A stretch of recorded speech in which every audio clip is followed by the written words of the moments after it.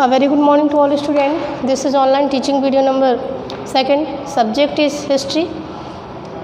In our previous video, we have discussed about the first chapter of history, the French Revolution.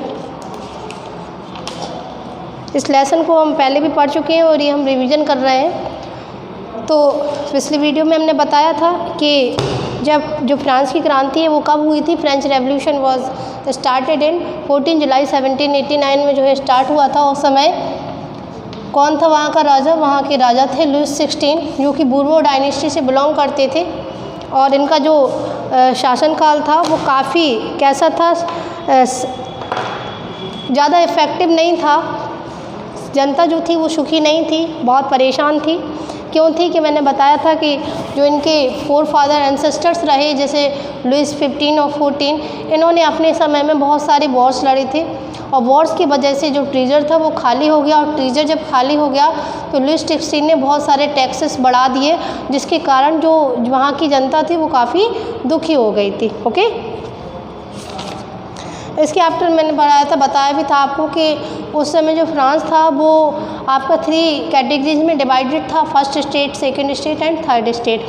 First state में मैंने बताया आपको कि church के जो फादर्स हैं, पॉप्स थे, वो आपके फर्स्ट कैटेगरी में आते हैं। सेकंड कैटेगरी में आपके नोबलमैन्स आते हैं, जिसमें प्रिंस है, किंग्स हैं, प्रिंसेस हैं, ये सारे लोग आते हैं। और जो थर्ड कैटेगरी थी, थर्ड कैटेगरी में आपके मिडिल क्लास के लोग आते थे। मिडिल क्लास में आपके जैसे कि पीजेंट्स हुए, फार्मर्स, लॉयर, डॉक्टर्स, टीचर्स, ये सारे लोग जो है वो थर्ड स्टेट में आते थे। और उसके आफ्टर मैंने बताया था कि जो रोल्स थे वो रोल क्या रहे, किसके? फिलोसफर्स के और थिंकर्स के। उसमें जीन जैक्स रूसो थे, वॉल्टेयर थे, मॉन्टेस्क्यू थे। इनकी बुक्स थी। इनकी बुक्स के नाम को बहुत अच्छे से याद रखना कि किसने कौन सी बुक्स को लिखा। अब हम देखते हैं कि कुछ पॉलिटिकल सिंबल्स जो हैं वो आपकी बुक में दिए गए हैं। उन पॉलिटिकल सिंबल्स को ज़रा आप लोग ध्यान से समझ लीजिए। जैसे आपका दिया है द ब्रोकन चेन, जो टूटी हुई जंजीर है वो क्या शो करती है? The broken chain. चलिए देखते हैं। तो the broken chain were used to fetter slaves and broken chain stand for the act of becoming free. मतलब कि जो चेन क्या है, चेन किस लिए यूज होती है? लोगों को स्लैब बनाने के लिए, लोगों को गुलाम बनाने के लिए। ब्रोकन चेन क्या शो करेगी? Broken chain shows the freedom, shows the freedom. क्या दिखाती है? स्वतंत्रता को बताती है कि अब हम स्लेवरी से कैसे हो गए? फ्री हो चुके हैं। तो the broken chain stand for the act of becoming free, act of becoming free. तो ब्रोकन चेन हो गया। नेक्स्ट है आपका द बंडल ऑफ रूट्स और फैक्ट्स। द बंडल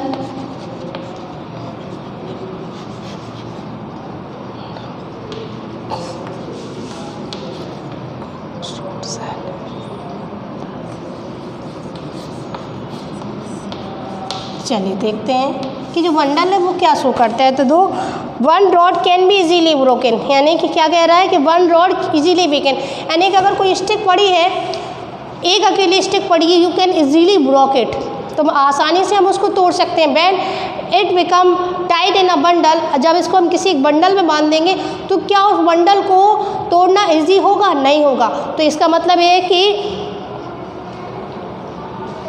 कि अकेले हम कुछ नहीं कर सकते, लेकिन अगर हम साथ में मिलकर वर्क करें तो हम बहुत कुछ कर सकते हैं ना।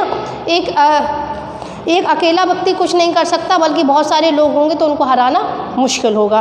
तो ये क्या से शो करता है? Can be the one road can be easily broken but on entire bundle strength lies in unity. यानी क्या बताता है? In strength lies in unity, किसमें? एकता में ही शक्ति होती है। नेक्स्ट है आपका द आई। एक आई दिख रही है आपको, किसमें? एक ट्रायंगल में दिख रही है। तो क्या बता रहे हैं? The all seeing I stand for the knowledge, यानी कि जो आई है वो क्या शो कर रही है? नॉलेज को शो कर रही है।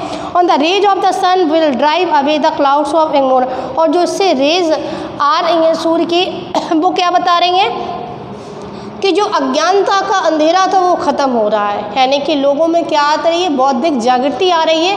बौद्धिक जागृति इंटेलेक्चुअलिटी किसके माध्यम से आई थी, फिलोसफर्स और थिंकर्स के माध्यम से आई थी। तो बता रहे हैं कि जो अंधकार था वो ख़त्म हो चुका है और लोगों में क्या आ रही है, इंटेलेक्चुअलिटी आ रही है। अब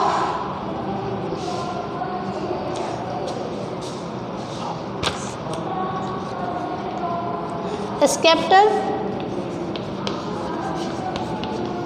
ये क्या शो कर रहा है, this shows the symbol of royal power. किसका सिंबल शो कर रहा है, रॉयल पावर, राष्ट्रीय पावर को बता रहा है, मोनार्ची की पावर को ये शो कर रहा है। अब नेक्स्ट है आपका स्नेक। ये सिंबल आप लोग बहुत ध्यान से समझिएगा, क्योंकि जब हम अभी क्लास 10th में चैप्टर आएगा नेशनलिज्म इन यूरोप, उसमें भी ये सारी चीज़ें आपको देखने को मिलेंगी, तो ये ध्यान से समझते जाइएगा। आपका जो स्नैक है, biting its tail to form a ring, तो symbol of eternity, a ring has neither beginning or no end. मतलब क्या शो कर रहा है, अपनी ही टेल को ये बाइट कर रहा है कि तो जो रिंग होती है neither beginning or no and, ना तो इसकी कहीं से शुरुआत होती है और ना ही कुछ इसका अंत होता है ना, ठीक है।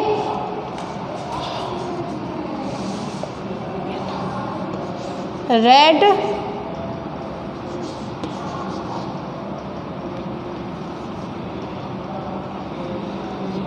फॉरगेन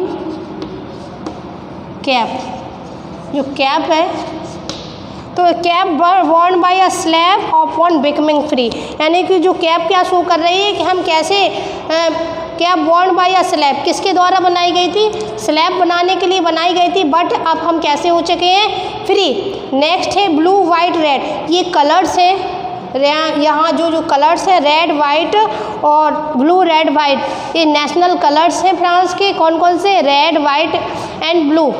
नेक्स्ट है द विंग्ड वुमन, तो पर्सोनिफिकेशन ऑफ द लॉ, जो विंग्ड वुमन है क्या दिखाती है, एक कानून को मानवीकृत किया गया है पंखों के द्वारा, तो the winged woman personified the law.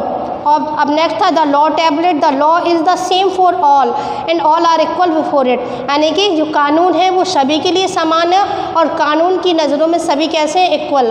तो यानी कि law are same for all, nothing is rich और नो वन इज़ रिच और no one is poor, everyone is equal before the law. तो ये सिंबल्स हैं जो कि आपको एक बार फिर से अच्छे से इनको पढ़ना है।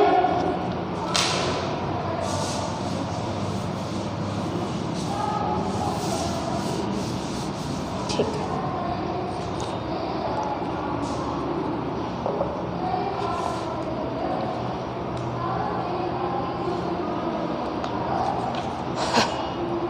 इसके आपने एक इम्पॉर्टेंट डेट जो हम बता रहे हैं, राइन ऑफ टेरर, यानी आतंक का राज। आतंक का राज कितने से कितने तक चला, तो हमें पता है राइन ऑफ टेरर 1793 टू 1794, जो 1 ईयर की ड्यूरेशन थी उसको राइन ऑफ टेरर कहा गया। और राइन ऑफ टेरर क्यों कहा गया, क्योंकि यहाँ पे जो रॉबस्पियर थे उन्होंने कई ऐसी पॉलिसीज बनाई गई थी जिसके कारण इसको राइन ऑफ टेरर कहा गया था। जैसे कि अगर कोई गुल्टी पाया जाता है, मतलब गुल्टी मतलब दोषी पाया जाता है, उसको ग्लूसेंट कर दिया जाएगा, यानी उसको मौत के घाट उतार दिया जाएगा। बताया था मैंने, एक ग्लूसेंट क्या था, एक तरीके से एक वेपन था जिसमें क्या बना हुआ था, एक दोनों तरफ ब्लेड लगी हुई थी और उस ब्लेड के थ्रू उस व्यक्ति का सिर उसमें रखा जाता था, उसको कट कर दिया जाता था, वो ग्लूसेंट था आपका।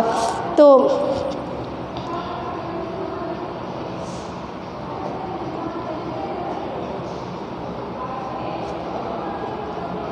अब देखो रॉबस्पियर के इस समय में हमने भी पढ़ा था कि रॉबस्पियर ने काफ़ी चेंजमेंट किए थे, यहाँ तक कि इन्होंने कहा था कि जो चर्चेस थी उनको बंद कर दिया गया था और चर्चेस को किस में कन्वर्ट कर दिया था, बैरक्स में, और ऑफिसेस में कन्वर्ट कर दिया था।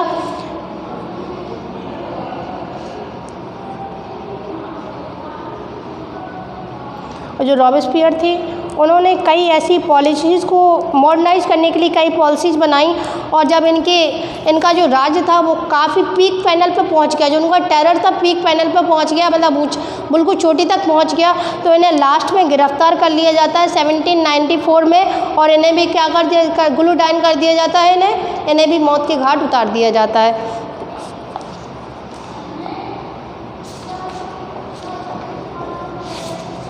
चलिए आप यहीं तक आज स्टॉप करते हैं, इनको फिर से आप एक बार रीड करिएगा। आज की वीडियो में केवल इतना ही। Now thank you and have a nice day.